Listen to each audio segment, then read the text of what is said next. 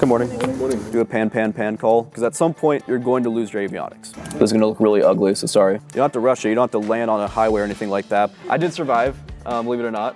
How's that? Pumps. I don't know how that happened, but that's not good. Come, Joey. Hey guys, Wayne here from Sling Pilot Academy. I can't wait to share this next video with you. Andrew DeClue is giving a very detailed systems presentation. I know it's an extremely long video, I think our longest ever, but it's just chock full of really valuable systems information. Andrew does an incredible job. He went through our full program, was a great CFI here, one of our specialist ground instructors. We can't keep him away. He loves teaching, has a real passion for it. He's put a lot of work into this presentation. And if you like this kind of video, please let us know in the comments. Enjoy the video. So yeah, systems class today. We're gonna do some basic stuff and also a little more advanced. I'm gonna use a lot of kind of real world examples. I mean, systems, as everyone knows, is one of, if not the most important factor in aviation. Because all of you, if you haven't already, you will be acting as PIC in the Sling. In any aircraft that you act as PIC in, you need to be like really confident and kind of know what you're doing and know how the system works. I fly King Air on the side. Really having a good knowledge of the Sling systems help transfer over to that aircraft. When you guys go in to get a type rating on a jet or any other plane that you're going to go fly, you don't have a bunch of time to learn. When you guys do the private program, you have 10 weeks to go through the private ground school. But when you go to get a type rating, you have 6 days to learn the entirety of the airplane, all the systems, all the limitations and all that. So it's really important that you try to get down the basics of an airplane engine now. There's obviously a difference between a piston engine, which is what we fly, and like a turbine, but still some stuff transfers over. The biggest thing that we're going to cover today is going to be the electrical system for the IS, our fuel injected engine, because that's probably the most complicated one and just really biggest weak area in systems for everyone. We'll briefly touch on the ULS, the carburetor version of the engine. It's not too much different than the IS, so that'll be pretty quick. And we'll cover miscellaneous systems, so we'll do like oil, coolant. We'll talk about the gearbox, just a bunch of really everything. Electrical system all starts off with a source of power for us. Starting off with how our engine creates power. Everyone's probably seen something that looks like this. This is the 4 pistons of the engine that actually create the power for you. And they have these connecting rods that twist a crankshaft. Up front right here is the propeller of the aircraft. So this is just the basics of how your prop spins and how you actually get to go fly. We're not going to focus on the front half though, we're going to look at the back half of this. So right off the bat, the way that our plane creates power and really the source of our entire system for both aircraft is a generator. So something that's creating power for us constantly as the engine's running. So the generator for the aircraft is located in the back of it, and it looks like this. It's a really simple system that uses something called a stator. So a stator is just one component of a generator as a whole. What it is, it's a stationary ring of magnets that are wrapped in copper wire. In the core here, so in the center of the stator is the back end of the crankshaft. So we just saw the part that's spinning on the back half, and the front half is the prop. Back here attached to that crankshaft is a magnet. So what you have is a magnet in the middle of this stator, this ring of magnets. And what happens is as it spins, it creates heat, which turns into energy, which creates power. That's really all you need to know when it comes to how the generator actually works. Term-wise, it's not that important on what you call it.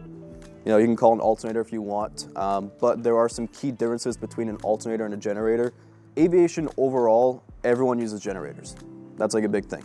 Whether you're flying a Sling or you're flying, an Airbus A380, the biggest plane, those all have generators. Aircraft don't use alternators, and it's mainly for one principle, redundancy.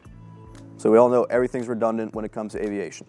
The key with generators is they create the maximum power they can at all times. Anytime the generator is running, it's creating the most power that it can possibly make.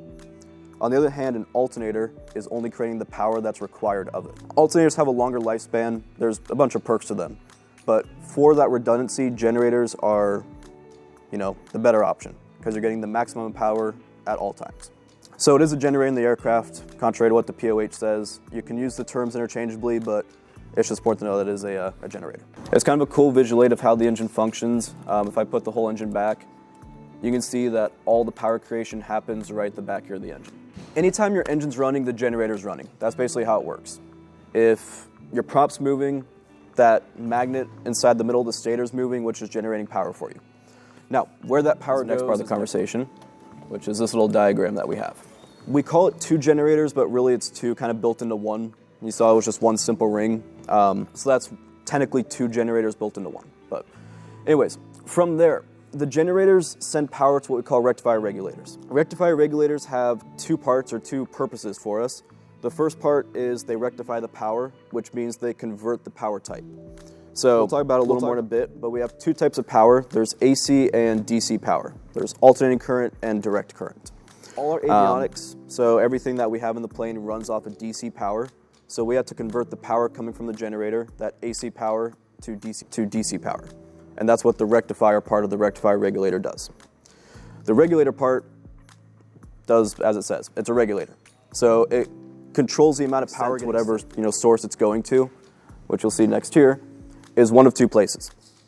The power is going to either be sent out to the ECU, which is the engine control unit, which we'll talk about in depth in a little bit, and then the other part is the battery. This is a simple breakdown of the electrical system, but if you can get this down, if you can kind of memorize this, this is everything you need to know with our system. We'll talk more about it, but like the ECU controls basically three things, and the battery controls everything else. And it's pretty much that simple, but it's easier said than done, so we'll get into it a little more in a bit. So let's talk a little about the ECU. So right now we're only talking about the IS, as I kind of said, the fuel injected system. So everyone know the difference between the ULS and IS. One's a carbureted engine, which we'll talk about injection in a bit. The other one's fuel injected. So the perk about fuel injection is you have something called the ECU or engine control unit that can determine how much fuel the cylinders need. We talked about that four-stroke system. One of them is the intake where the fuel and air go into the cylinder that then combust. The ECU is two computers built into one little unit, and what they do is they kind of team up to determine what is the most fuel, the smartest way to burn fuel. We all know that as you get higher, there's less air in the atmosphere, which means you need less fuel going into your cylinder. So the ECU takes in a bunch of different sensors, whether it's your throttle position, the outside air pressure, outside air temperature, and what it's going to do is it's going to automatically mix your fuel for you.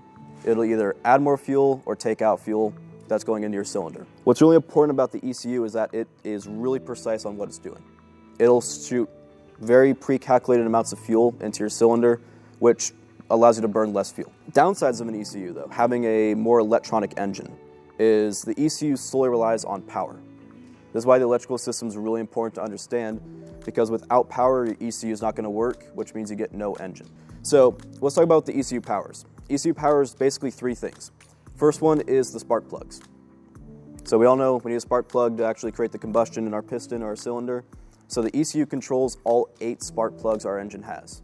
We have 2 spark plugs per cylinder. I'll show you guys on that little animated engine in a bit. Next, it powers and controls our 8 fuel injectors. So each cylinder gets 2 fuel injectors. The ECU powers them and also determines how much fuel they're going to send into the cylinder. And the last thing that the ECU is in control of, is the fuel pumps. So basically the ECU is responsible for powering the fuel pumps. There's a little caveat to that, but we're not going to get into it just yet. So those 3 things, those are the 3 things an engine needs to run. You need fuel, air, which comes in naturally, which we'll talk about, and then you need a spark. And the ECU controls all those. So the ECU is your engine. On the other hand, we have the battery. So going back to that diagram that we just looked at, the battery powers quite literally everything else in our plane.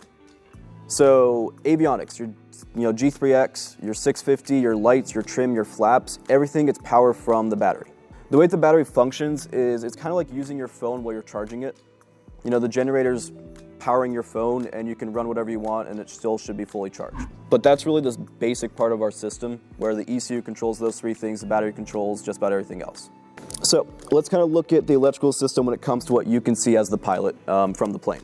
So thankfully our indications in the plane are really basic. There's nothing too detailed that we have to worry about. But there's 3 main indications, or really the left side here, these 2 things that you need to be looking at to kind of monitor the status of your electrical system. Your volts and amps indications. This here is all information on your batteries in the plane.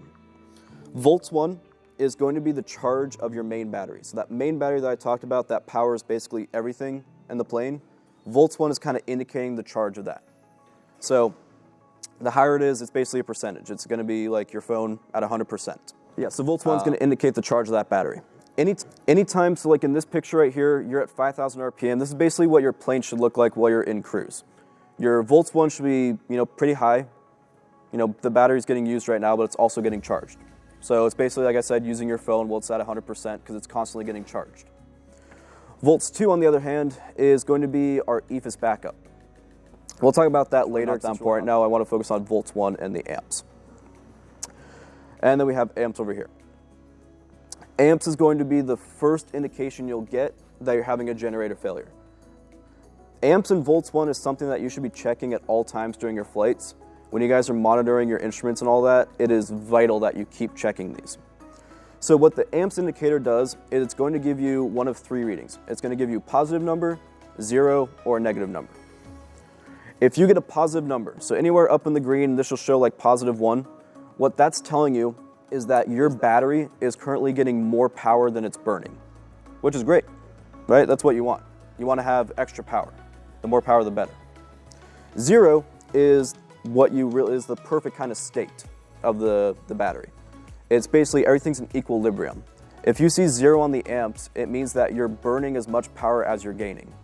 So everything's in equilibrium, which is nice. So everyone kind of knows like I say myth, but it's a fact with batteries. If you constantly charge like your phone and you keep it charged, your battery's lifespan goes down, right? And that's the same kind of case when it comes to the battery for the aircraft.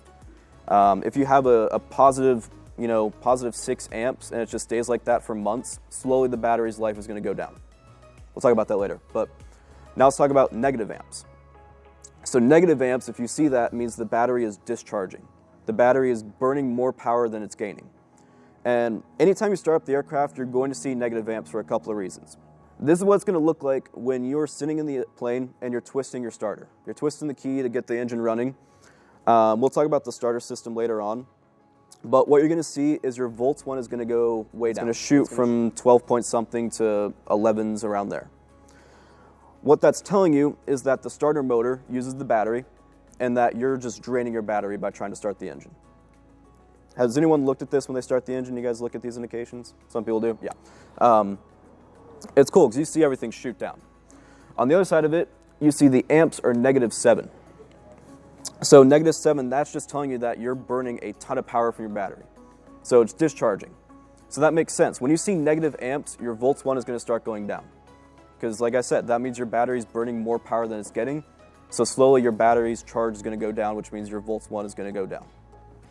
When you guys start the engine, hopefully you all know that 2,000 RPM is not where you need to be. You need to be at 2,500.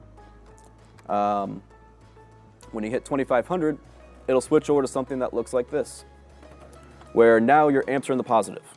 So your generator's kicked in, they're generating power, and immediately the first thing that the plane does is it recharges that battery. So you guys burn a ton of power from starting the engine, but once the prop starts spinning and the magnet in the back of the engine starts rotating around the generator, that power gets generated, battery gets recharged. It is vital in your engine that you look and see something that looks like this, where you see positive amps and your volts go back up.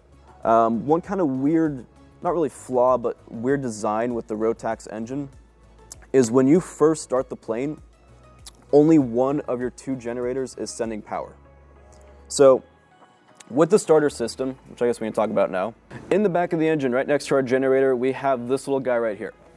This little motor right here is your starter motor. This is what gets your engine started. When you guys twist the key, what's happening is that little motor makes this little tiny gear right here spin a larger gear, which via a bunch of gears starts spinning the back of the crankshaft. So the crankshaft, the core of the engine, when you twist that key, little gear down here starts spinning these bigger gears, which in turn starts spinning your crankshaft for you. When that happens, a couple of things start. Your generator starts creating power. So the crankshaft starts spinning. That means your generator back here starts creating power. Wherever it is. That guy. Starts creating power. So right away, the second one that starter motor starts spinning the crankshaft, that generator starts creating power. And the first thing that does is power your ECU. And like I said, the ECU powers those 3 important things that you need for the engine. So immediately, your spark plugs, your fuel injectors, and your fuel pumps get power. And right after that, your cylinders start firing. That's when in here, you actually start getting that 4-stroke system started. This all happens really, really fast. You guys know the second you twist the key, there's a lot that happens and the engine fires up immediately. But that's kind of the slow motion idea of what happens.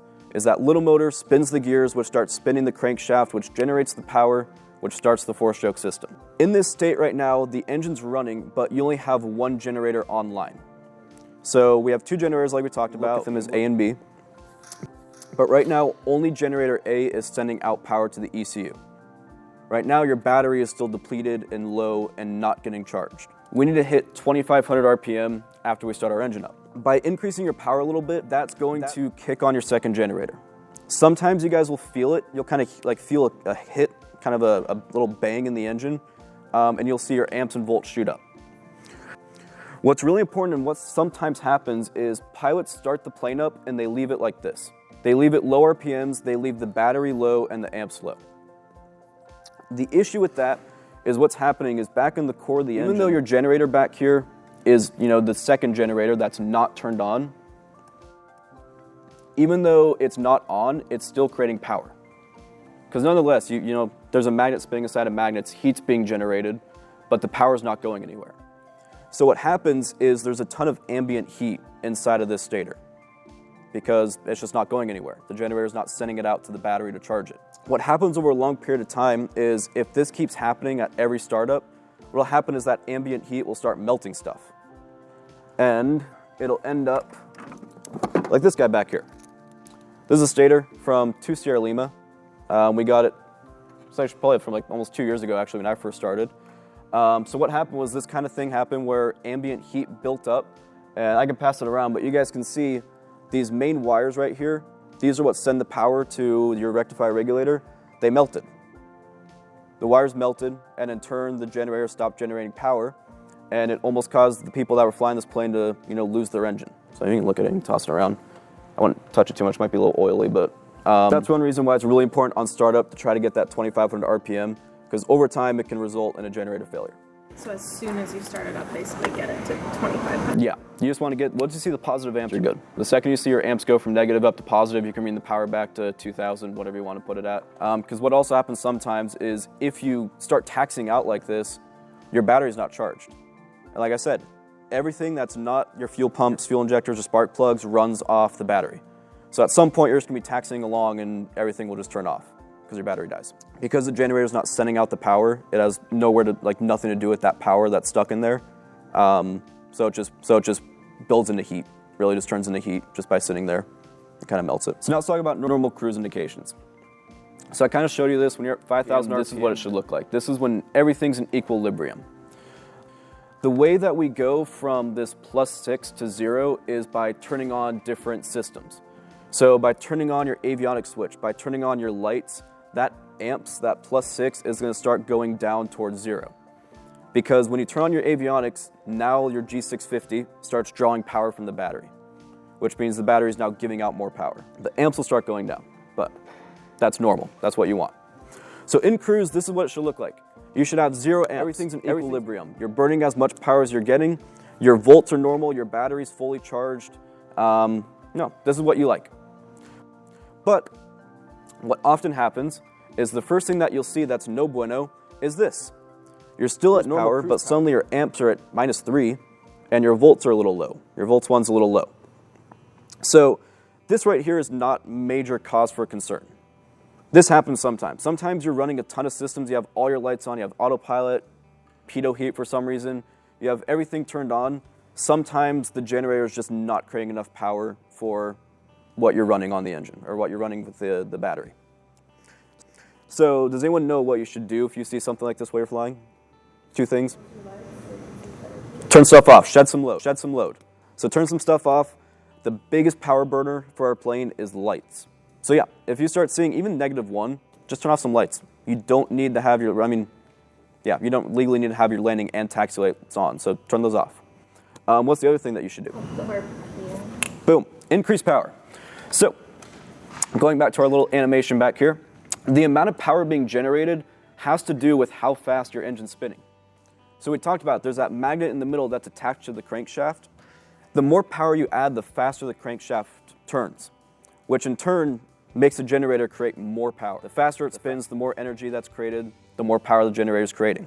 So, 2 things that you do. Yeah, when you see this indication, it's shed load and increase power.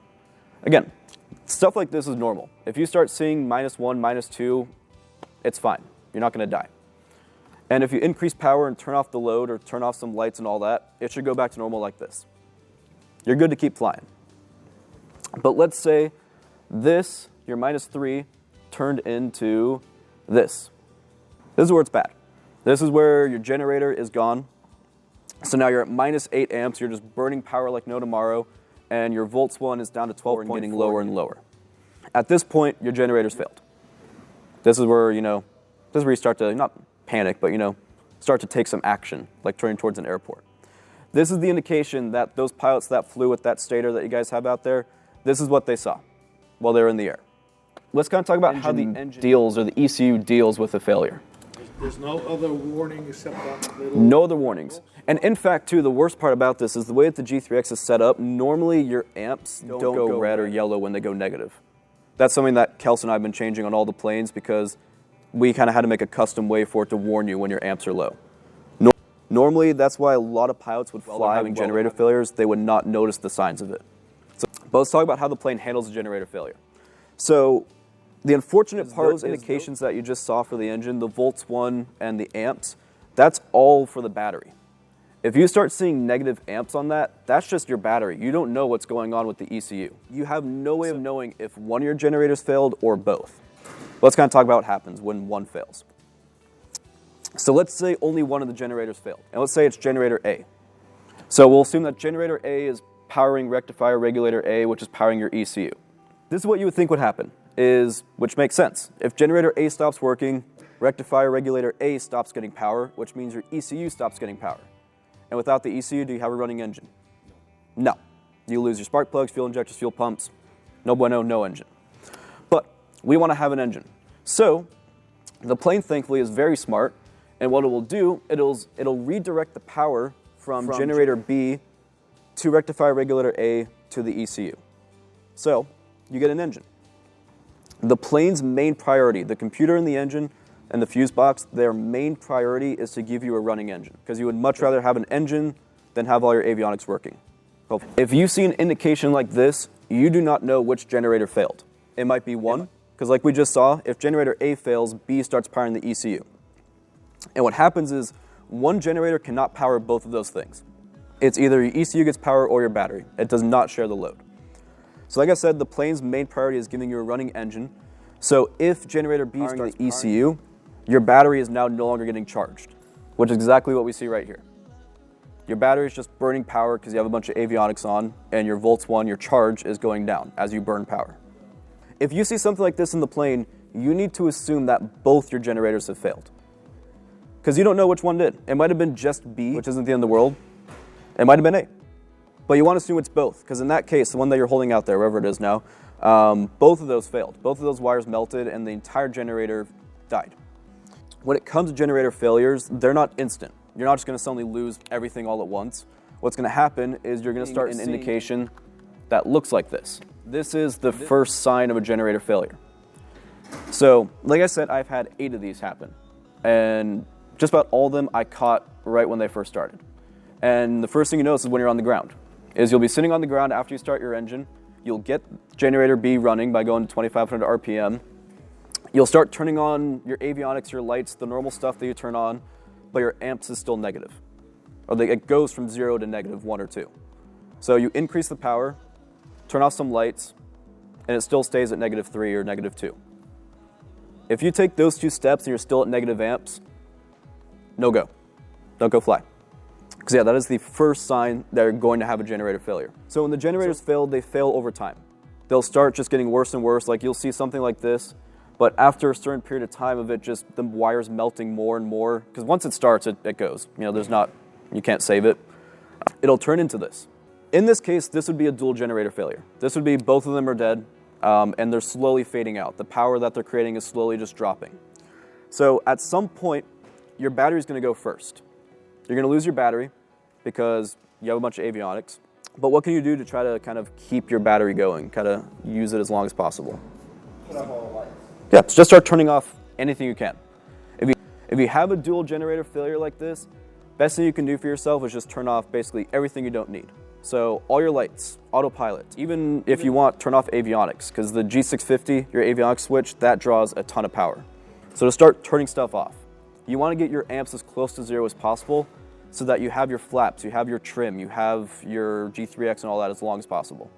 If you're in the air and you start seeing something like this, it depends on where you are. If you're a couple minutes out from Torrance, just start making your way back. But if you're out over the water, it's up to you, at your discretion. You know, warn ATC, do a pan call. Just kind of let them know, because at some point in this state, you're going to lose your avionics. If you're on a cross country and you're out in the middle of nowhere and you're cruising like this, your radio's going to go out. So you're going to lose everything at some point. But you want to try to save it as long as possible. And there's one more reason you want to save as much power as possible, which we'll get to in a second. So it's a dual generator failure. So your battery's going to die, but the other part that's going to die is your ECU. The ECU stops getting power from the generator. Like we said, if your ECU stops getting power, you have no engine. Now, we have this really nice switch in the plane called ECU battery backup. Everyone familiar with that switch? So that switch is like the best switch ever, because this is going to look really ugly, so sorry, but dual generator failure. Nothing's getting power. What your ECU battery backup switch does is it directly connects your battery to your ECU. It is the last-ditch effort to try to give you a running engine. In this case, you need to turn on ECU battery backup after your engine died. If you guys are in that state where you have the low amps and the low volts and you turn on ECU battery backup while you still have an engine, you're just going to start burning power for no reason. After your prop stops, you have to restart it with ECU battery backup on. That's really important to know. ECU battery backup will not last long. The ECU requires a lot of power to work because it powers the spark plugs. We'll talk about how that powers the spark plugs in a bit. But normally, at a best case, you would get 30 minutes of a running engine on ECU battery backup. You are in ECU backup and you have high RPM, would that turn it faster? Yes, yeah. Just the more power, but really the biggest key to it is going to be just load. So you wouldn't recommend like trying to just gain as much altitude? People have different strategies. Some people say, yeah, full power, just climb. I would just fly as normal. The biggest thing that you need to do if you use ECU battery backup is turn everything else off.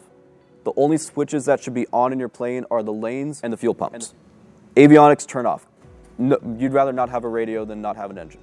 So turn off every single switch in the plane, because now you're running off your battery. Your engine is running off of your battery, and your battery is already low on charge, right? Because we lost the generator, so the battery stopped getting charged. Really, this volts 1 right here, this indication is all the engine that you have left. Once that volts goes down into the red, your engine's going to stop, and then you're completely dead. You're just a glider. So to summarize, you said that if one generator fails, it will automatically route the battery to the ECU, but if both fail, that's when the engine actually goes off and your prop stops, that's when you hit the switch. But it wouldn't, that's when you have to hit the switch, not if one goes out. Yeah, automatic. exactly. Okay. So, and that's the really, sad part about this is you won't know what happens. Like you don't know if it's working like this. You don't know if it's both generators. You have no indication. So that's why if you see those negative amps, you need to assume that it's both generators have failed. But what would you say is like the low limit? Is just if the amps are negative, or what's the low limit for the volts? Continuous flight, I would be comfortable with 1 or 2, -1 or 2. The second you see anything like 8, that's your generator's gone. If you're just cruising along, -1 is okay if you watch your volts. So negative amps, -1 or 2 is okay, but you then need to monitor your volts. Because if it starts dropping something like that, that's when that's where it's kind of cause for concern. Because now you know your battery's not getting charged. The first thing you need to do if you see net -1 or 2 is probably what you guys did, was increase your power a little bit, turn some stuff off. But if it still stays down, like if it's still in the negatives and dropping up and down like that, something's up. Yeah, if it starts fluctuating like that, I wouldn't trust it. But you don't have to rush it. You don't have to land on a highway or anything like that. But when you see that first sign, that's where it's like, okay, this thing's shot, and it's going to get worse as we keep going. So might as well come back. But lane lights will not turn on for any of these failures. The volts can go up to 15, but at 14.5, it's like, that's high. You shouldn't ever really see it either. The volts 2 in some of the planes goes up really high. So volts 2, we can talk about real quick. That is the charge of your EFIS backup. So we all know that our EFIS is our G3X, our nice touchscreen that we have in the plane. That touchscreen has its own backup battery. It's literally like your iPhone, where if you go out to the plane and you turn on EFIS backup and EFIS 1, you can play with it and it'll just run off its own internal battery. The second you flip the master switch on, that battery, the battery for the G3X, is getting charged by the main battery. It's now turning into where you're using your phone while it's plugged in. It's just continuously charging your phone's battery. Yeah, so when you turn on the master and EFIS backup on, your EFIS backup battery is getting charged by the main battery. Really, just what you guys need to know is volts 2 is just indicating how much charge the internal battery of the G3X has. In the case that your volts 1 goes all the way to 0, your main battery completely dies, you will still have a G3X. You'll still have AHRS, your ADC. You'll still have all that fun stuff, your moving map, because we all rely on that like no tomorrow now since we have it. You'll still have all that functioning as long as your volts 2 has power. So one thing I do recommend you guys do, just to kind of see what it looks like, is next time you're in the plane, turn all the switches on and turn off EFIS backup. And you'll watch this volts 2 indication go all the way to 0. So volts 2 is not that important. Only time it'd be helpful is if you did have a full generator failure, you could see how long you're gonna have your G3X until it dies. So the nice thing is you guys don't have to mess with EFIS backup or EFIS 1 at any point, because it's gonna automatically sense there's something wrong and it'll start running off its own battery. So it'll work it all out itself, so you don't have to mess with those. I want to jump over to the ignition system.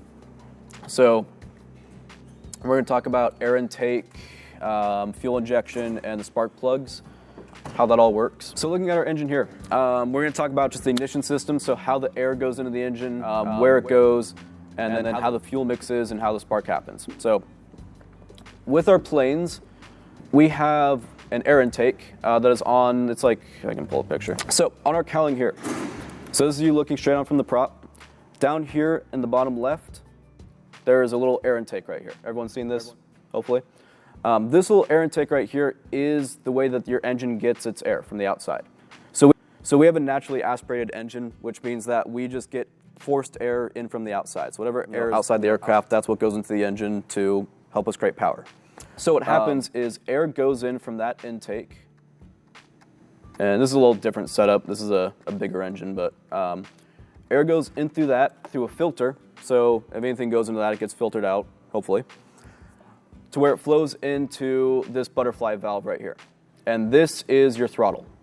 So in the plane, this guy, you guys have all probably seen it when you go look inside the cowling, is directly, literally by a cable, directly connected to your throttle lever inside the cockpit. So as you guys bring the throttle back, this valve in here is going to start closing. And what it's going to do is it's going to limit airflow going into your engine. So immediately after this valve right here, we go into what's called the manifold. The manifold is this big box right here that you guys see that says Rotax every time you see the engine. Literally all that goes on inside here is air from the outside flows inside. So it goes through that butterfly valve, through your throttle, and it comes into this box right here. A number of things happen in this box. First things first, you have a ton of sensors. You have all these sensors here, and what these are doing is these are reading everything from air temperature, air pressure, and sending it to your ECU. So one of these indications is your manifold pressure. You guys see the man in indication? That's what is being read, is the air pressure inside of this box. What happens is the ECU will immediately sense if there's less air coming in. So as you bring the throttle back, the ECU is going to sense from those sensors in here that there's less air coming inside the air box. And what it's going to do is it's going to start changing the amount of fuel going into your cylinders, which will then affect the RPM. So we're going to keep following it. So we're going to act like we're a little thing of air. That's not both the IS and the carbureted ULS? That is just the IS. Yeah, just the IS. The air is going to flow in through one of these two tubes here. So either one, there's nothing that separates which one it goes into. It just naturally separates. And it's going to flow to a little separator right here. It's going to split into one of two directions. So these manifolds right here lead you directly to the cylinder. So 2 cylinders on the left side, 2 cylinders on the right side. The air splits up and goes to each one individually. We'll say we're just going to this cylinder, wherever it is. Air's going to flow down here. And this is where a bunch of things happen. So first of all, with our fuel injection system, like I said when we first started, the ECU, what it does is it shoots fuel into your cylinder. There's 2 different types of fuel injection. There's direct injection and port injection. This is all the more advanced stuff that you guys don't need to memorize, but still just helpful to know. We have a port injection setup with our plane, which means the fuel and air mix right before they reach the cylinder. So some fuel injected engines, the fuel injection actually happens inside the cylinder, the combustion chamber, where all the fun stuff happens. But for our plane, it happens right before. So these little nozzles right here, if I go down, these two nozzles right here are your fuel injectors. I really wish I could show you. I had one at some point, but someone stole it. How small the holes are that the fuel comes through. But these two guys right here shoot pre-calculated amounts of fuel into the air. And it vaporizes instantly, so it just vaporizes it into the air. From there, we have right here our intake valve. So we talked about the 4-stroke system, right? You have the intake valve where this guy opens up, that air gets sucked into the combustion chamber. That looks like this. So we came in through right here. Now, inside the chamber, you have your 2 spark plugs that I talked about. Two spark plugs, 2 fuel injectors per cylinder. It's all redundancy. It's just set up so that one of them can either one spark plug and one fuel injector can fail, and you still have an engine, something like that. And that's basically kind of how the system works. At least the fuel flow or the airflow, and how it gets into the cylinder. This guy right here is your exhaust valve. I can show you an animation what it looks like when the engine's running, but it's probably gonna be like really, really laggy, but we'll still do it.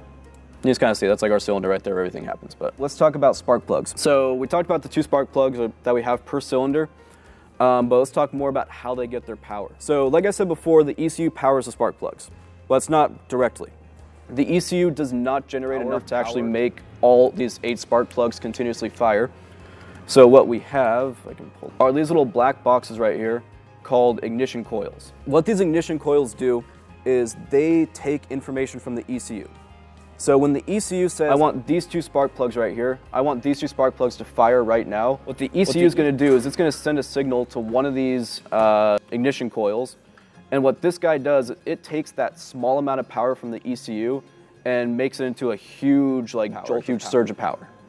So it basically generates a huge surge of power and then sends it to the spark plugs. It's just a middleman, just because the ECU doesn't get enough power to actually make the spark plugs fire. So that's what these are for. So basically the flow for the spark plugs is ECU to ignition coil to spark plug. So let's go into fuel system a little bit. Yeah. Is it possible for the throttle control to break that controls the butterfly valve? Yes, actually, very good question. And what would that look like? Like how would we know that happened? So with the system that we have, because it's all just cable, we do have a spring. It doesn't animate it in here, but all the throttle valves, actually no, it is right here, the spring, this little spring right here. All the throttle valves are set so that in the case that cable snaps, you go full throttle, which is better than, no throttle. So yeah, you would know instantly because just randomly you'd get full power right away, but it's gonna give you full throttle if it snaps. It doesn't happen often. I've never heard of it happening here at least. Other kind of issues that you can see with this, I wish I could look at one of the planes we have.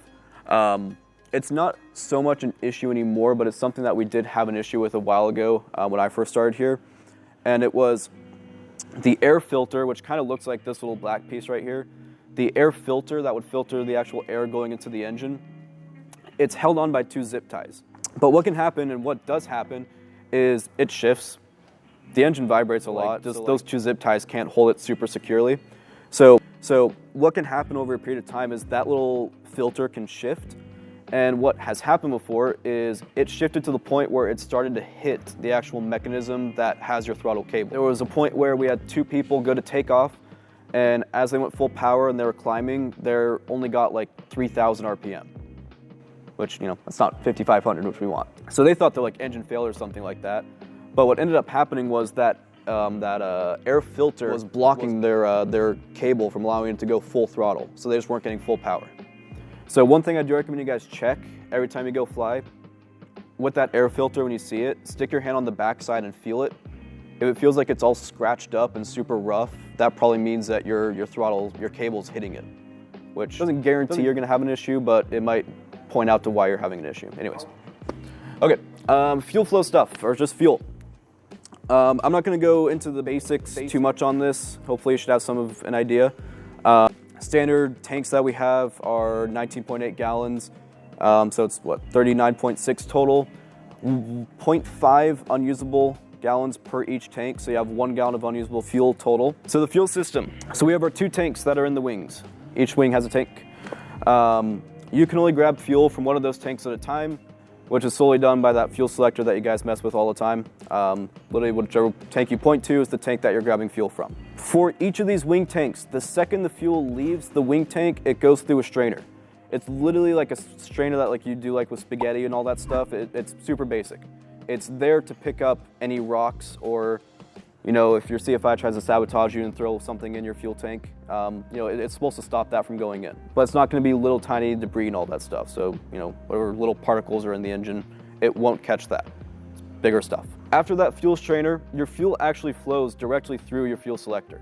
So I can go back and show you a picture of the fuel selector, but that little switch that you guys have in the plane, right behind that little switch that you guys mess with, the fuel actually flows right behind that. So you do have fuel basically flowing like right next to you in the center board. So after it gets stuck to the fuel selector, the fuel goes to a gascolator. So the gascolator is the sump that you guys hopefully do at the bottom of the engine, the center bottom of the engine. This is the most important thing for you guys to sump when you check the fuel. So obviously you want to check the main wing tanks, but this guy right here, the whole point of a gascolator is it is the lowest point that the fuel will travel through in the entire fuel system. So the reason that matters to us is because water weighs more than the fuel that we use. So if there is any water in your fuel, it's going to get caught right there.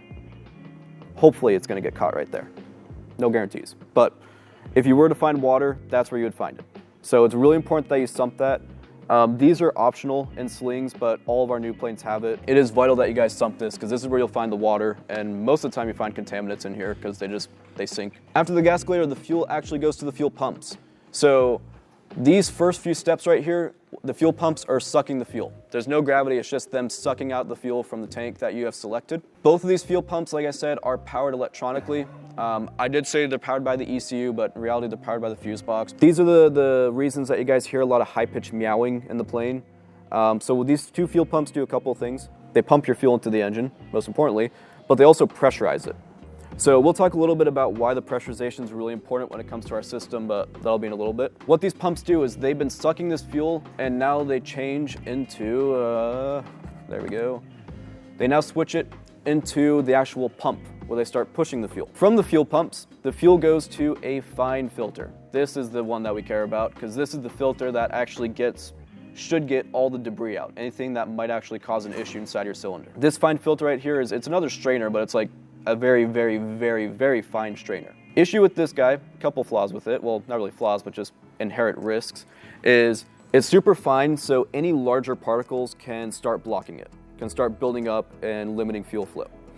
The other issue is that the fuel that's going into it is highly pressurized. So if you do get some debris in there that blocks it and you have highly pressurized fuel, that can cause an issue. That can cause a really, really quick blockage. So in the case that it happens, even though it rarely does, we have a bypass plate.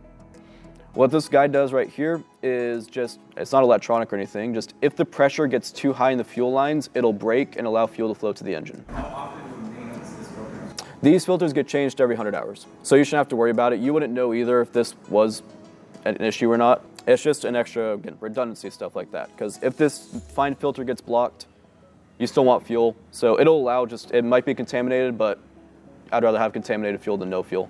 So let's talk about what actually happens now that the fuel enters the engine. We're now at the stage where that fuel, where it went from the filter to the engine. So it's kind of a weird way that the fuel flows in our engine. But this is looking at it from the back forward. So basically up here is where the prop is, just so we get our orientation down. The way the fuel flows in the engine is it flows from the right across the top of the engine to the left side. So it doesn't split evenly and go to each cylinder or each side at the same time. It starts on the right and goes over top to the left. The first thing that the fuel hits is right behind this little covering that you guys all see with the cool logo on it.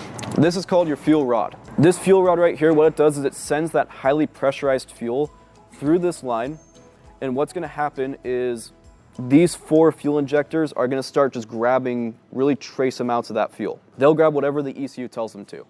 Whether it's a handful or just like a little pinch of fuel, they're gonna grab the fuel from that line and then inject it into the cylinder. There is a lot more fuel getting pumped through this engine than there is that's getting burned. Like I said, these fuel injectors, even though there's 4 of them, they grab really, really like minute traces of fuel. They don't grab much. So what happens is all that extra fuel that gets pushed through and doesn't get grabbed by these fuel injectors is going to enter this line right here, this fuel line, that crosses over top the engine and then runs over the left side of the engine here, where it does the exact same thing. The fuel goes through this fuel rod in here, and then these left side fuel injectors will grab whatever fuel the ECU tells them to, and then they'll eject into the cylinder. So, yet again, these do not grab that much fuel. Even at full power, they don't grab that much fuel. That's just how it is. There's still a lot of pressurized fuel that was not grabbed by any of the fuel injectors. So basically the fuel that got to live another day. What happens with that fuel is it flows through this line to this guy right here. This right here is a pressure regulator / pressure relief valve. And what this guy does is it stops your fuel lines from rupturing if you get too high of fuel pressure. So low fuel pressure means your engine stops right away. The whole point of one of these fuel injected systems is to have pressurized fuel. All the aircraft you're gonna fly use it. The King Air has pressurized fuel lines because everything's fuel injected, not carbureted. Yeah, so the fuel that flows through these lines needs to be constantly pressurized. So I don't remember what the exact PSIs are. That's something you can trust. I think you can trust the POH on. Whatever it says are the limits for the fuel pressurization. But what happens is if the fuel pressure gets too low, and I mean instantly, if the fuel pressure gets too low into the red, your engine stops. And you guys know when you turn off the engine, it just, like because of our gearbox, which we'll talk about later, the prop just stops. It doesn't windmill or anything, it just stops. I had an engine failure in 6-4 Yankee a couple months back. I was out doing a maintenance flight in the practice area, and as I was descending, out of the corner of my eye, I saw my fuel pressure go yellow. The second it went red, engine stopped. In its tracks, dead. And that's how all kind of fuel injected or pressurized fuel systems are. The second they lose pressure, these fuel injectors can't just grab the fuel as they normally do, so the engine just ceases its operation and stops. So low fuel pressure means no engine. High fuel pressure, something that you rarely ever see in the IS, which I'll talk about why. But high fuel pressure could lead to a fuel line rupturing, which you don't want, which is why we have this relief valve right here. So in the case that you're flying along and your fuel pressure somehow gets too high, this guy right here will let some of that fuel and some of that pressure out to kind of relieve the stress on the fuel lines and stop them from popping and then having no fuel. So in most of the planes, your fuel pressure is measured the second that it leaves the fuel pumps, which they're changing it now to make it closer to the engine so you get a more accurate reading on what's going into the engine. But in most of the planes, it reads your fuel pressure the second it leaves the pump. Yeah. You survived your engine failure? Yes, yeah, so I did survive, believe it or not. I actually had it really easy. All I did was just turn on the aux pump and then start it up. It was actually the most stupid engine failure ever because it was the wiring for the main fuel pump, where the switch is, it rusted. So basically just turned off my main fuel pump on me. So you turned the aux pump on and it. Literally just restarted it. Yeah, I didn't have to do anything else. I should have made up a cool story. I shouldn't have no, I just kept flying for another hour after that. In the IS, I have never seen my fuel pressure get high to a point where I got worried about it. Now the reason it gets low, these pumps over time period, just after use, they kind of lose their power. They don't pressurize as much, they don't force as much fuel. This is why sometimes when you guys go out to your plane and you turn on ECU battery backup before you start the engine, the fuel pump just kind of sounds weak. Does that ever happen to you guys? Something like that. Just over time, the fuel pumps get weaker as they go. Another factor that affects the fuel pumps is if you constantly fly with both the main and aux on, having the aux pump take some of the stress from the main pump kind of makes it weak. So it's unavoidable. Over time, you'll see the fuel pressure in the planes go down. If you go fly an airplane that hasn't had an engine overhaul in a long time, you will notice that the fuel pressure is lower than a brand new airplane. It's nothing to worry about, because as long as the pump is pushing enough through, then you're good. Yeah, it's normally just after wear and tear, the pressure, the PSI will ambiently go down, and it gets replaced before it even turns into an issue. One thing I do recommend doing is you guys do see low fuel pressure. This is what I did when I was flying 5 Liam Bravo and our fuel pressure suddenly dropped to like 38, which is in the red. We still had an engine, but if you start seeing that, just add full power and start climbing. Because again, if your fuel pressure does go too low, your engine cuts off right away. So like I kind of talked about, here's that flow that I said, where the fuel enters one side of the engine, then flows to the other. Can you show us where the main fuel pump would go and the auxiliary? Is it just like side by side? Yeah, so they are You can see them from inside the plane too if you look down. Both fuel pumps are housed in a little metal box like this. How's that? Pumps. Yeah, so this is what it looks like. It's in a little box like this. One is pump A or Yeah, one's the mains, one's the aux. they look the same and they're the same valve. Yeah, they're exactly that. They're the same thing. Fuel that was not grabbed by any of the fuel injectors. So the fuel has now survived all 8 fuel injectors. It passes through the pressure relief valve, and then it leads to back where they didn't animate it. But what happens is it goes to an intersection where it can go one of 2 ways. Majority of the fuel will leave the engine, still pressurized, and it'll get pushed back to the fuel selector, and then it'll flow back to whatever tank you had selected. If you were using the left tank, the fuel would leave the left tank, go through the engine, not get blown up to pieces, and it would go back to the left tank. Anyone know what the average fuel burn is for our plane? 5 gallons an 3.5, hour. but we estimate 5. Yeah, both. Both, you're right. We use 5 just for planning purposes because math is hard, so we just use 5. It can range anywhere from like 0.7 to 7, but on average, at cruise at 5,000 RPM, you burn 3.5 gallons an hour. In your engine, you on average have 20 gallons of fuel flow through your engine every hour. So you can kind of take the ratio of that. 20 gallons flows through the engine, but only 3.5 of that 20 gallons gets burned every hour. So yeah, so your fuel's constantly getting filtered by 3 different filters. So normally it should be pretty clean in there, but yeah, they're not really. That's why no one really checks it often, because it should be clean. You never know though. And the filters get changed every 100 hours? Just the fine filter. The strainers, I don't know if they get checked or not. I just know for sure that fine filter gets changed every 100 hours. Number 1 right here is that fine filter that I talked about. So this is one that you guys see. Every time you open up the right side of the cowling, you see that chrome little cylinder. That's that fine filter. Nothing you can do. You can just look at it and admire it. Here's that bypass valve or the bypass valve that I talked about. So in the case that this filter gets blocked, this guy right here will let fuel flow to your engine. Number 3 is the fuel rod. 4 is that fuel line that we talked about where the fuel flows and all that stuff. All right, let's talk oil, the fun one. So oil-wise, we have a dry sump oil system. I'm sure most of you already have heard that a million times. Dry sump versus wet sump, what it means is basically with a dry sump system, you have a tank that holds all your fuel. In a wet sump system, you have a pan that sits at the bottom of the engine and just collects oil that drips down from the engine, leaves the engine, falls into a pan basically. The reason that we don't have that, a couple of reasons. Number 1 is it takes up a lot of space, so it would make the engine a whole lot taller, which just wouldn't work with our cowling. So the main reason that we have a dry sump system is because it takes up less space. Instead of making this engine super tall, we can just put all of our oil inside of a little tank right here. The other reason is when Jean goes and does his aerobatics, having a wet sump system doesn't really function well upside down, but having this allows you to fly upside down a little longer. Biggest thing for you guys, if there is one temperature for you guys to memorize in these planes, it is your oil temperature, and it is 122 degrees Fahrenheit. That is the minimum oil temperature that you can go above 3,000 RPM at. I mean, you can go above 3,000 RPM if your oil's super cold, but what's gonna happen is it stresses the engine like no tomorrow. If you are the first flight of the day and the plane is super cold, do not go above 3,000 RPM until your oil is at least 122 degrees Fahrenheit. It's pure pixels, but it's this guy down here.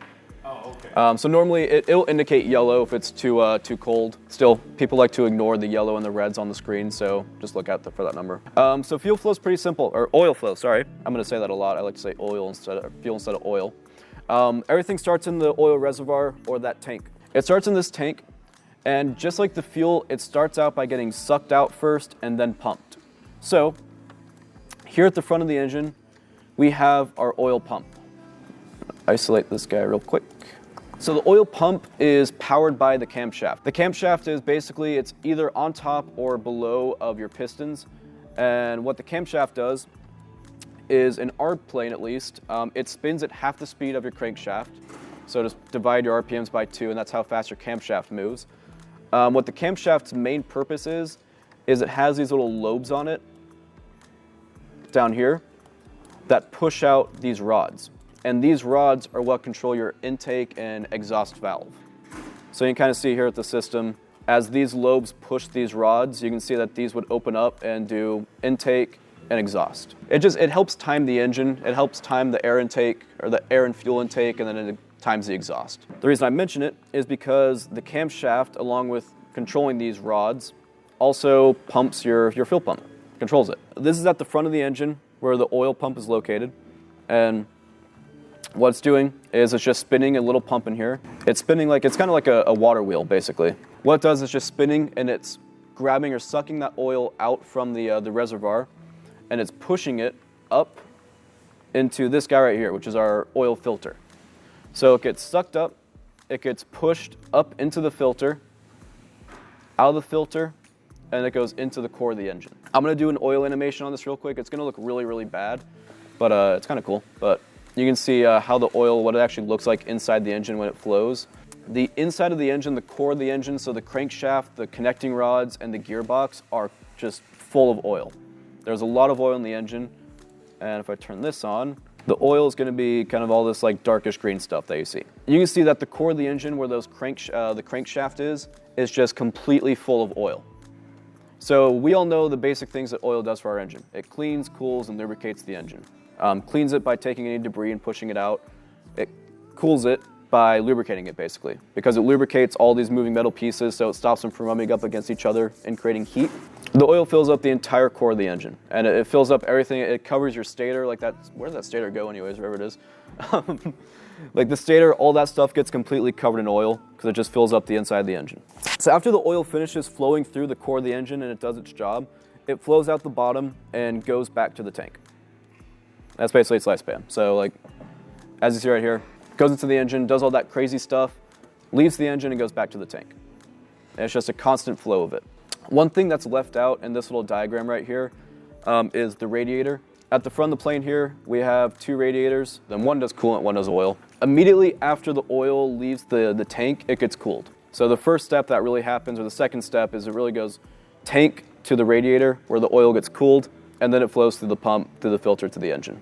Questions on that so far? Does any excess oil go back to the reservoir, or? There's a good chunk that sits in the reservoir at all times. Yeah, basically it just fills. It's like the fuel system where it's continuously flowing in and out the system, so it really doesn't get any kind of rest or anything like that. Oil-wise, that's really all you need to know with the flow of it.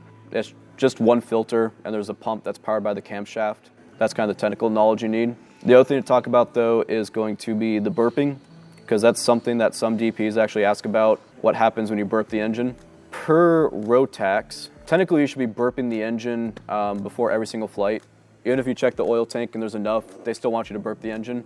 So burping the engine, what you're doing is, like you guys all know, you're taking any excess oil that's in the core of the engine and pushing it to the tank. Do you have a question? I mean, what kind of damage are we expecting? You won't kill, like, it won't do anything to your flight. It's basically just kind of further down the line, you're shortening the engine's lifespan. Yeah, so things that you'll see, and we'll talk more about it, especially when we get into the gearbox. It's gonna be rough engines. Everyone's felt a rough engine.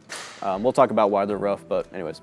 Burping the engine. So the way that it simply works is, you guys all know how the pistons work. We looked at the little piston kind of animation thing back here, and then there's that.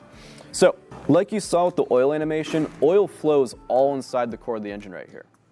And as part of that, the oil fills in the back side of the piston. Obviously it doesn't go in the actual combustion chamber because that would just be chaos, but in the back half of it, the oil does flow back here.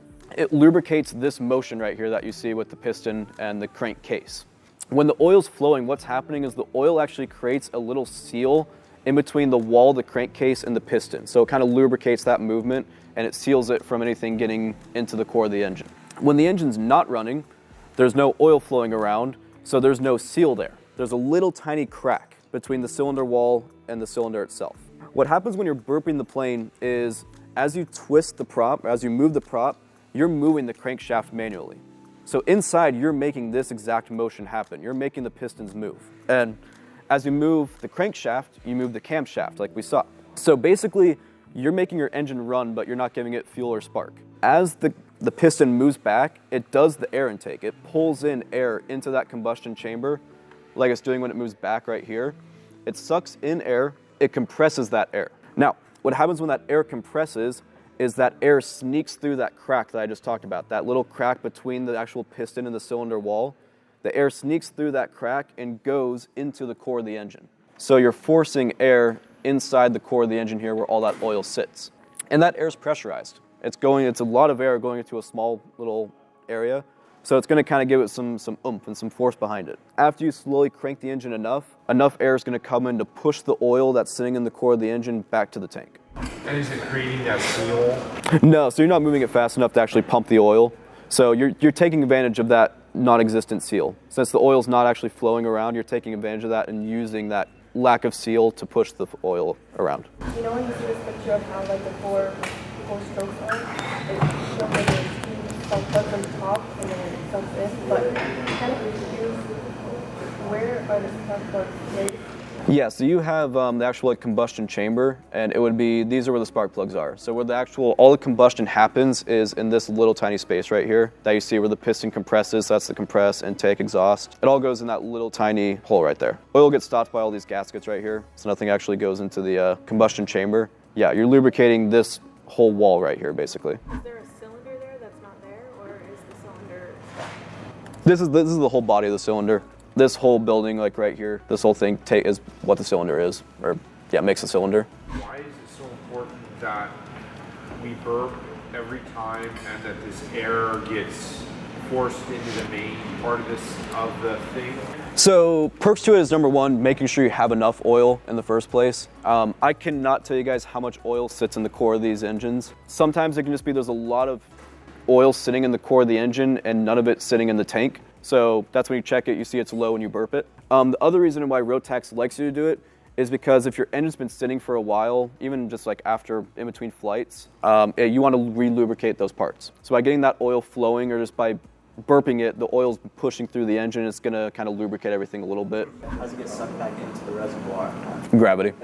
It's both a little bit of force, but mainly gravity. It just falls from the engine back into the reservoir. All right, coolant. Unfortunately, this engine does not animate coolant, so we're just gonna go to the slides that you all see. So coolant flow. Anyone off the top of their head what the coolant actually, like the main thing that it cools is? Cylinder heads. Who said cylinder heads? 1 point. So the cylinder heads is like where all that fun combustion stuff is happening. So like we saw those, don't say explosions because that's not the right word, but it's where the combustion's actually happening. The coolant's main purpose is to stop all that metal, the housing of the combustion chamber from overheating and causing issues. So the coolant system is a little confusing to people because there are two tanks that we have for the coolant system. The first tank is this guy right here. This is the one that you all see when you open up the right side of the cowling and the one that you all check. This guy is not the main tank for the coolant. This is simply an overflow tank. So the main tank is this little guy right here. This main tank right here sits on top of the engine. It does show it. It sits right here on the top of the engine. So really, it's kind of weird when you guys look at the engine here, because you'd expect the piston to like all the combustion to happen out here, because that's where the piston's pushing towards, but really all the combustion happens right here. So this is more of your cylinder head. This is what's cooling, because that's where all that combustion's constantly happening, so it's helping keep that cool. These are cooled both by air, but also coolant. Main tank. So this main coolant tank, what it has is it has this little cap on top, this little metal cap that you see. And this little metal cap, there's a spring. And just like most things, as coolant heats up, saying like metal does it, water does it, because it's mainly water. As the coolant heats up, it expands in size. The molecules inside start to spread apart, and the actual like water itself expands in size. This tank right here, as it fills up, that spring in the cap gets compressed. And what happens is once this thing gets too full from that water expanding, it allows coolant to flow into this overflow container. How many of your CFIs told you this is like, it's okay as long as you see anything in here, you're good? Yeah, everyone's CFIs told them that, because you've probably seen this before where it's like you barely see anything at all in there. When the engine's running, this fills up more than what you see. So really the fact of it is if you can see any coolant in this little container, you're good. That means this main tank here is already completely full, and this is just extra stuff that's not being used. If you fill it up too much, what'll happen is it'll expand and it'll pop. Nothing bad happens, just it's a mess. The maintenance guys will probably make you clean it yourself. Yeah, that's why it's really important we keep these low, because as long as you see anything in here, it's gonna get higher as the engine runs. But anyways, so the way the coolant works is we have a coolant pump. The coolant pump, once again, is powered by the camshaft. So at the front of the engine, we have our oil pump here that we saw. And now at the back of the engine, still attached to the camshaft, is our water pump. And it works the exact same way as the oil pump, where it spins like a water wheel, it sucks coolant out of that main tank, it comes here, and it spreads it in 4 different directions. One of 4 different directions. Each one of these lines right here leads directly to a cylinder head. So we can follow one. You can see, this is the line here.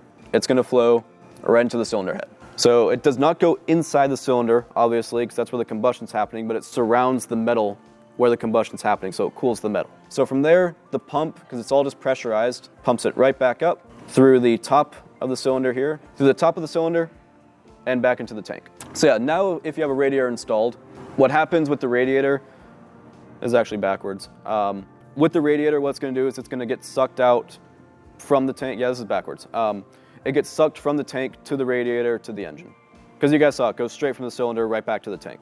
What'll happen is it'll get sucked out from the tank to the radiator, to the pump, to the engine. The air is probably the most important cooling system that we have, but it's literally just like cooler air from the outside replacing hotter air inside the engine. Now, the coolant's not really that bad if it gets cold. There's no limitations that we need to worry about with it. It overheats easily though, so for those of you that like just started here in the new class, you probably haven't had it happen yet, but when it gets just a little bit hotter, your coolant will overheat very often. That's why we face into the wind on the run up. Well, multiple reasons, like it's, you know, that's one of them is to keep the engine cool.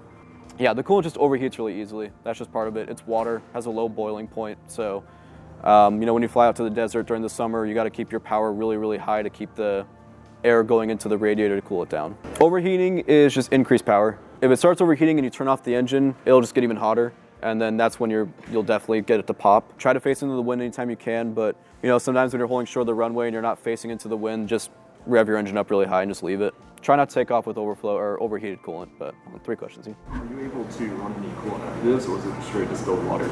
It is 50% water, 50% ethylene glycol, something like that. Some percentage of that, but at some point, if you fly for hours and hours with no coolant, then that might start to be an issue, but it should never overheat in the air.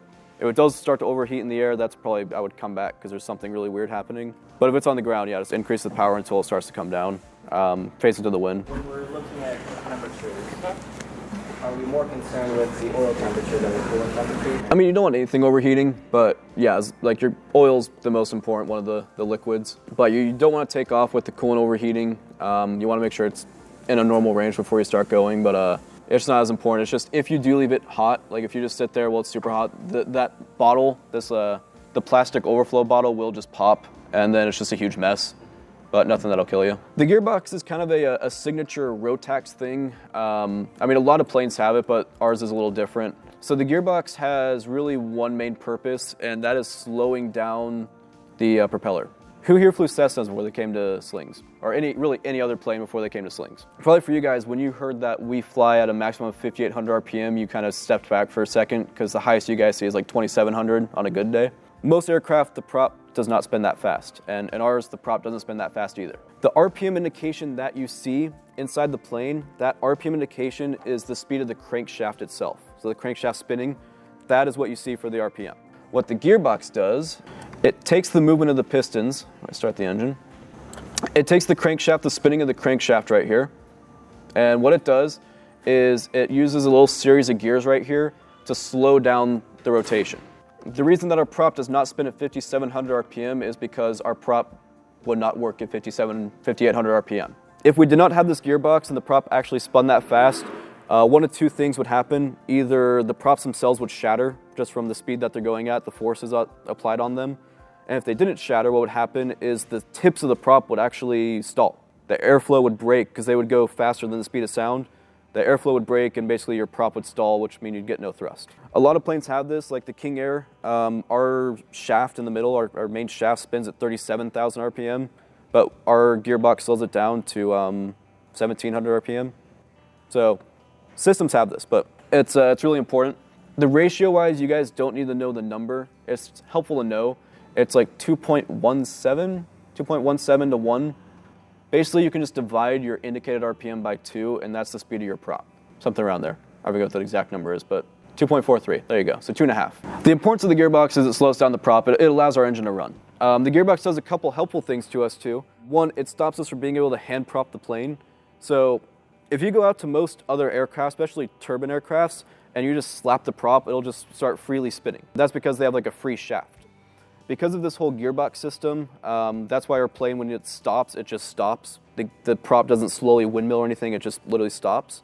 That's because of this gearbox and all the gear stuff here.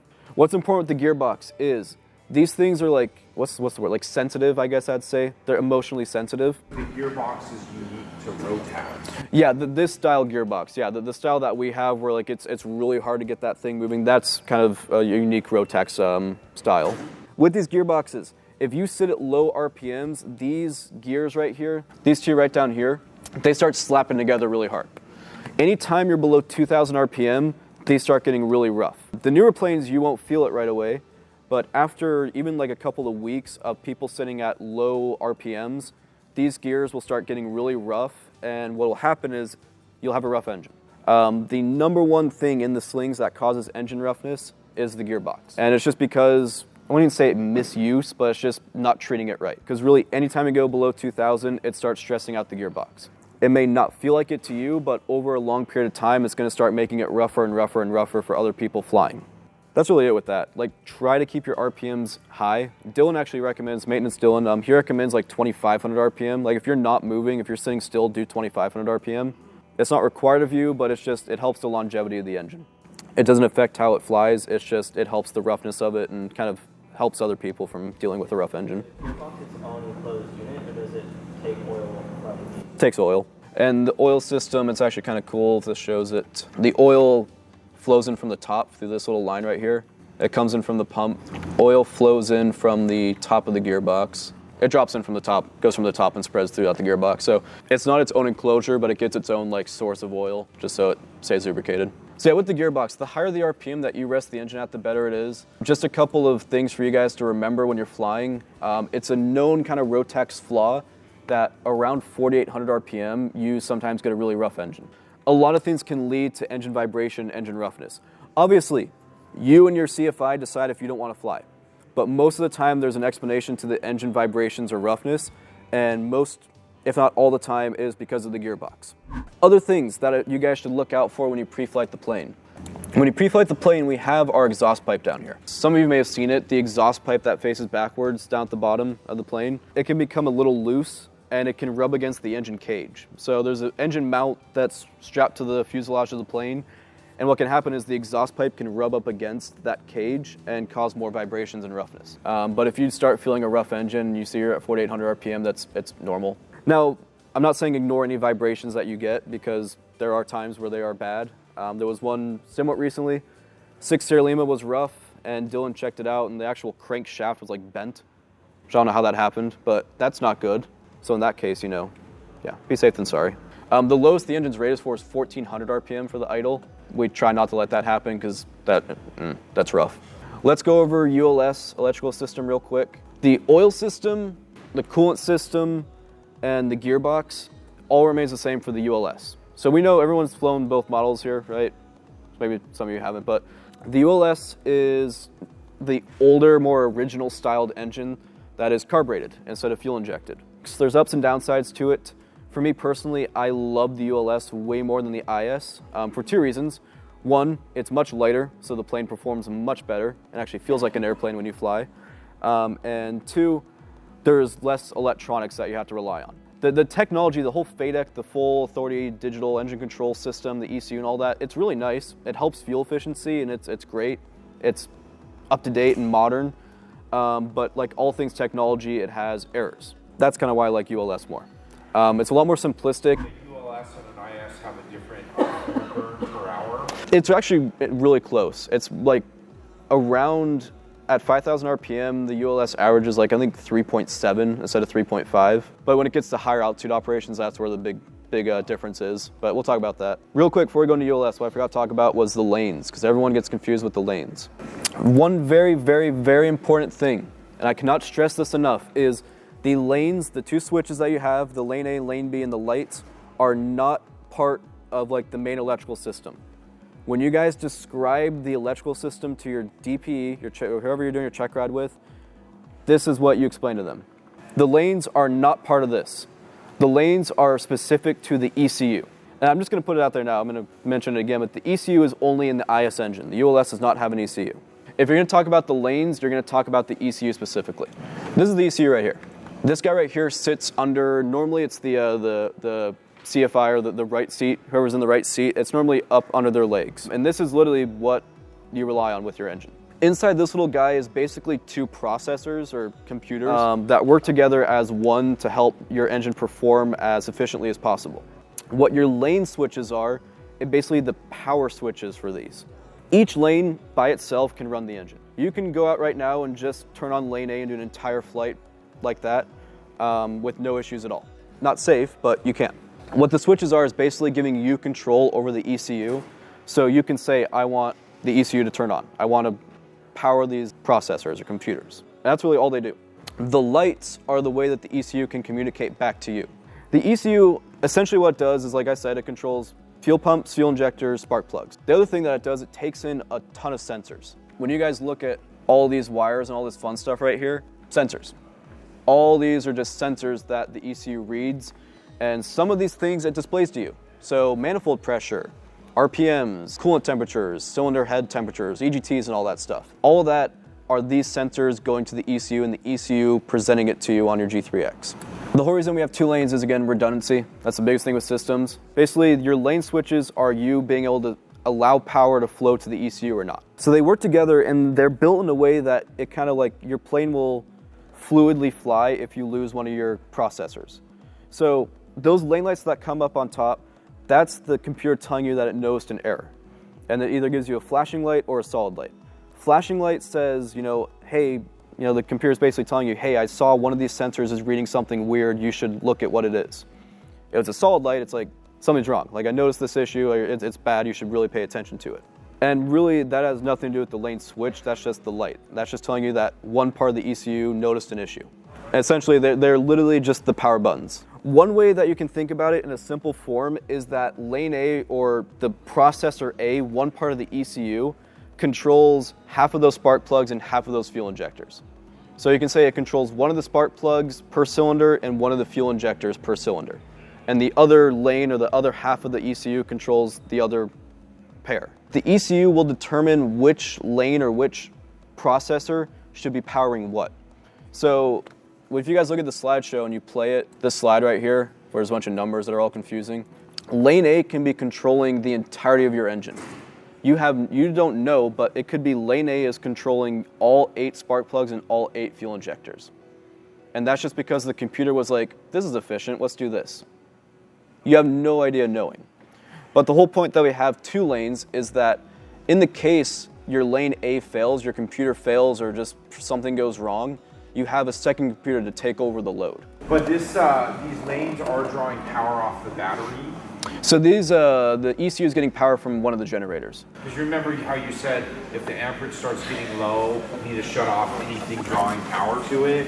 You will never touch the lanes. Right. In flight, at no point except for resetting a lane light, you should never touch them unless you're resetting it. So in the case, and the sad part about the amps is literally just the battery. So you don't, you don't know the power that's going to the ECU or not. But in the case that you do start to lose amps and you do have a generator failure, even when your engine stops, you're not touching the lanes. They always stay on. Just because all it does is allow power to flow to the computer. So it's just enabling it. ULS Electrical System. It's both simple, less confusing, but also a little more complicated than the IS. The main core of the engine, the main power source, still remains to be generators. In this case, the ULS basically has 3 generators that are built into one stator. So remember the stator that you guys had? This time it's split into 3 different parts instead of just 2. So this is what the stator looks like for the ULS. You can see it's a lot simpler than the one that we had for the IS. The IS one had a bunch of those magnets and the copper wires, but this one just has a couple of them. And the reason this is a lot simpler is because the ULS does not need anywhere near as much power as the IS. Like we just talked about, there's all the nice avionics we have in the IS, and we also have the ECU, which draws a ton of power.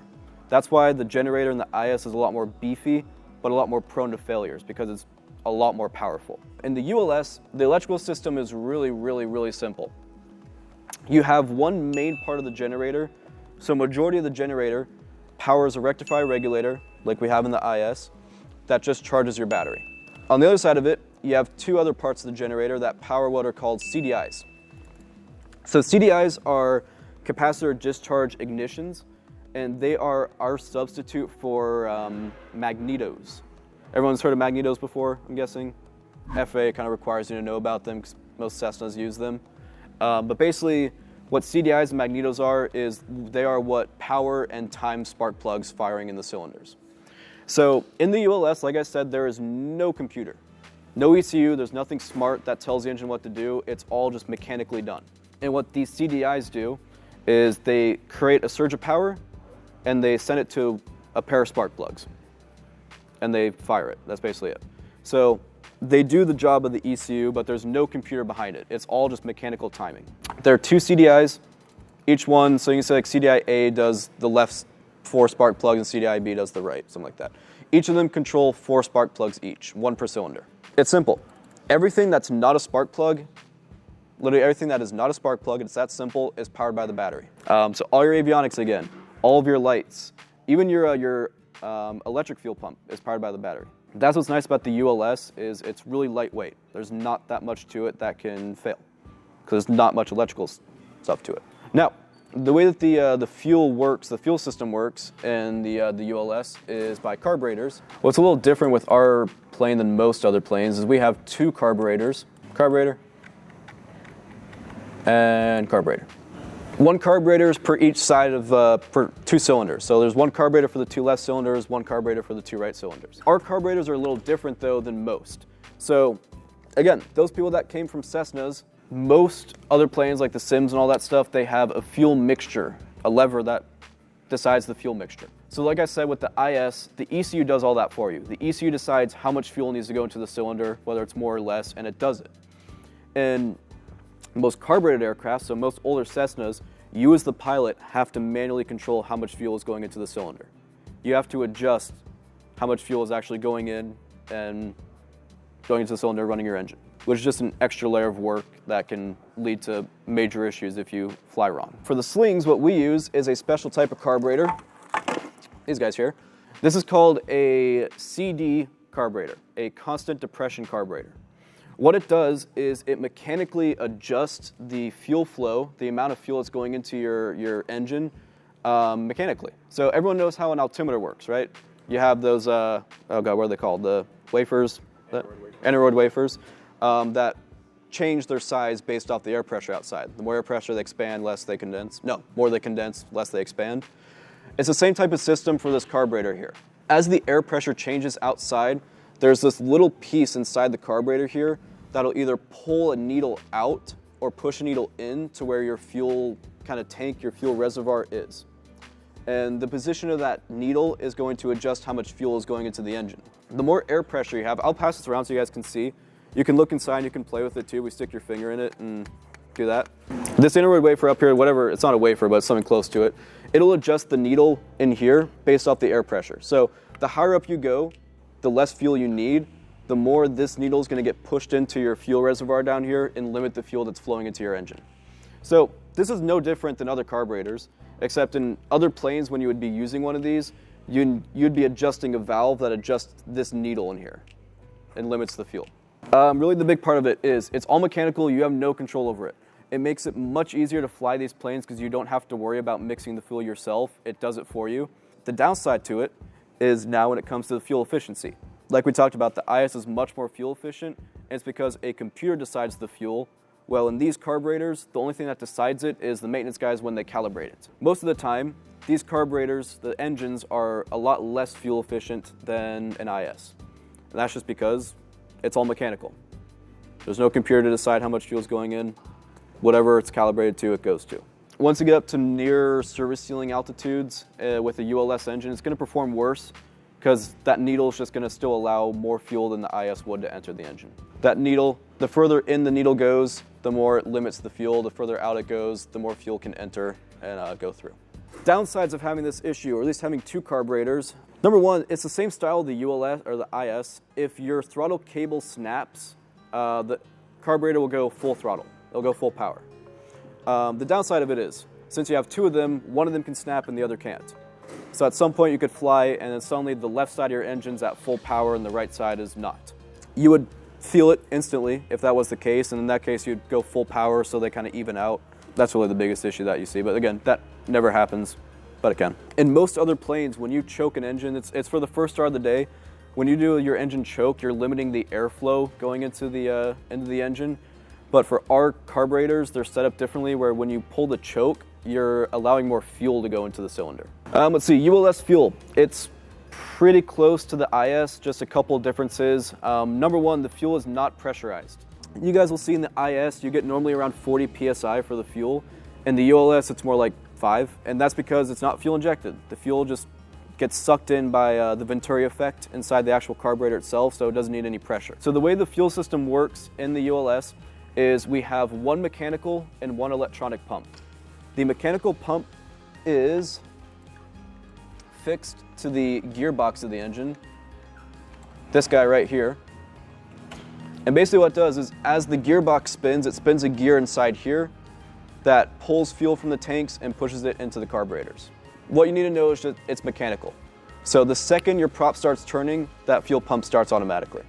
And that's one of the nice things about the ULS too, is if you do lose power, you still have a working fuel pump. Where in the IS, if you lose power, your fuel pumps are gone, you have no engine.